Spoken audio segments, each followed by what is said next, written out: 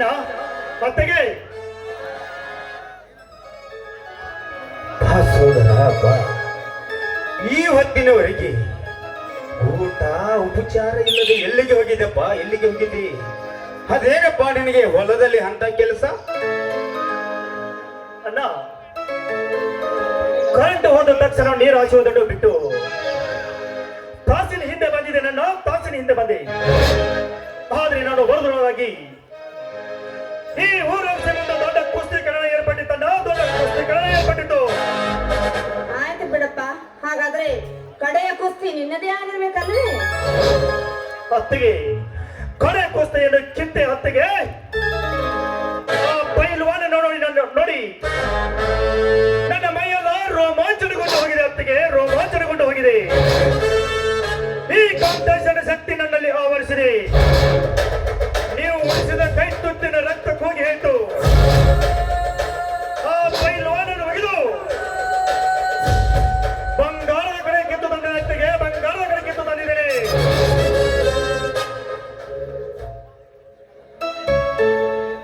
ಅಂದರೆ ನನಗೆ ತಿಳಿಯದೆ ಈ ಊರಿನಲ್ಲಿ ಕುಸ್ತಿ ನಡೆಯುತ್ತೇನಪ್ಪ? ಕುಸ್ತಿ ನಡೆಯುತ್ತೆ. ಹೌದಲ್ಲ, ಈ ಊರಿಗೆ ದೊಡ್ಡವನಾದ ಆ ಸಿದ್ದನಗೌಡ ಏರ್ಪಡಿಸಿದನ್ನ ಕುಸ್ತಿ ಕಣವನು. ಆ ಗೌಡನ ಬಂಟ ಕರಿಯ ಅವನೇ ಆಗಿದ್ದ ನಾನು ಈ ಕುಸ್ತಿ ಪೈಲ್ವನ. ಏನು ಮೈದಿನ? ಆ ಗೌಡನ ಕಡದಲ್ಲಿ ನೀನ್ ಯಾಕೆ ಹೋದೆಯೋ?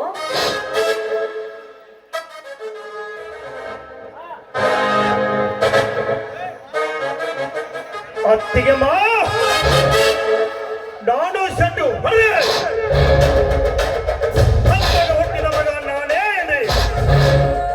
ಅವಾಗ ಕರೆಯನ್ನು ಹೊತ್ತುಕೊಂಡು ಈ ಊರಾಗಿಸಿ ಮುಂದೆ 10 ಸುತ್ತು ಹಾಕಿ ಆ ಗೌಡನ ಪಾದದ ಮುಂದೆ ಹೋಗದ ಬಿಟ್ಟೆ. ಅತ್ತಿಗೆ ಮಾ ಅವಾಗ ಕರೆಯನ್ನು ಎದೆ ಮೇಲೆ ಕಾಲಿಟ್ಟು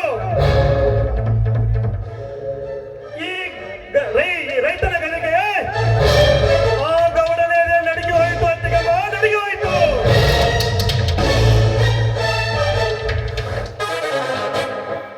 ಸೋದರ, ಇದಕ್ಕೆ ಆ ಸಿದ್ದೇಗೌಡನು ಸುಮ್ಮನಿದ್ದಾನೆ?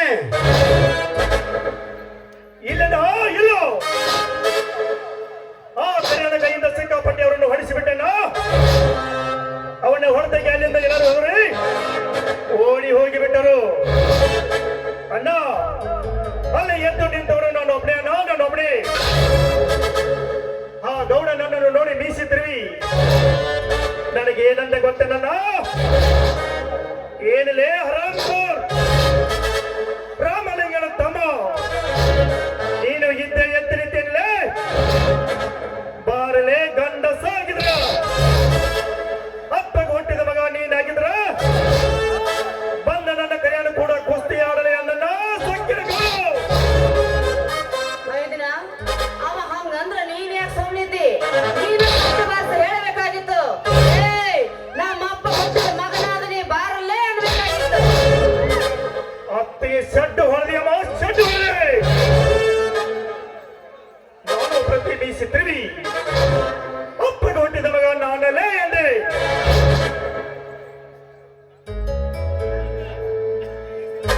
ಸೋದರ, ಆ ಸಿದ್ದೇಗೌಡನೊಬ್ಬರು ಸೌಕಾರ, ಮೇಲಾಗಿ ರಾಜಕೀಯ ವ್ಯಕ್ತಿ.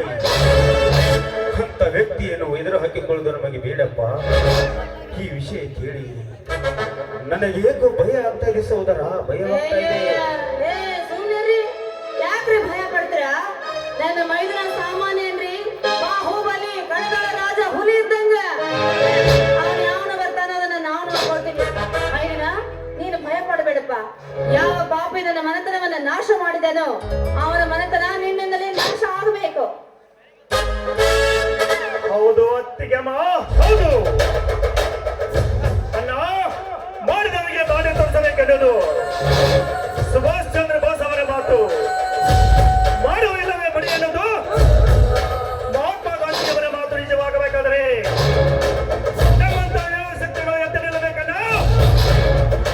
ಅಂದಾಗ ಇದು ರಾಮರಾಜ್ಯವಾಗುವುದಿಲ್ಲ. ರಾಮರಾಜ್ಯವಾಗುತ್ತದೆ.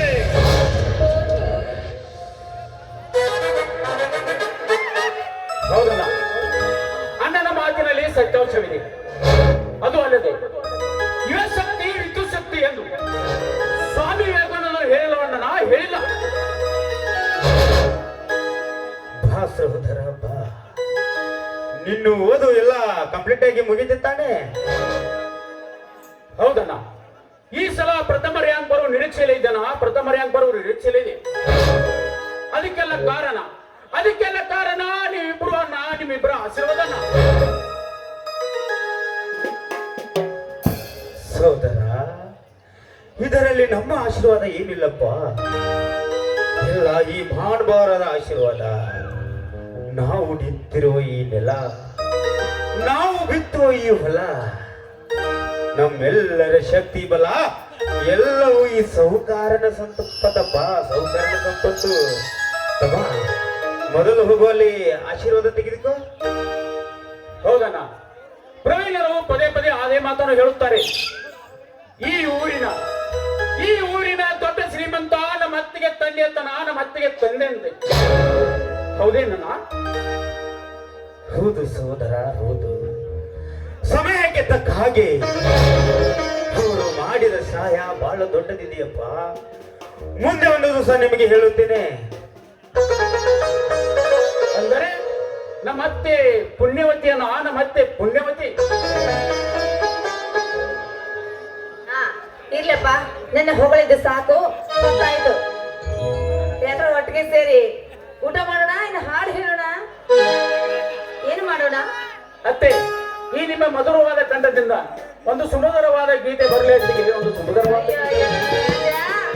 ಕೇಳಿದ್ರೆ ಚೆನ್ನಾ ಹಾಡು.